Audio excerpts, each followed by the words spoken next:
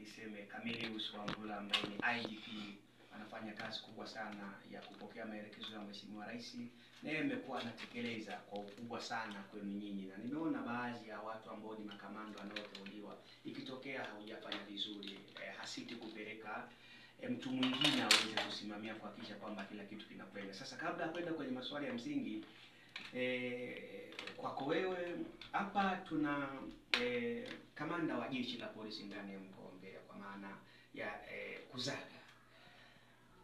Vipi mnavyofanya kazi na bosi wenu, namna anavyowapa ushirikiano kuhakikisha kwamba mnachokitaka kwa maana ya kuwapa facilities? Unajua jeshi la polisi lina facilities. Unaweza nenda Lindo hauna bunduki.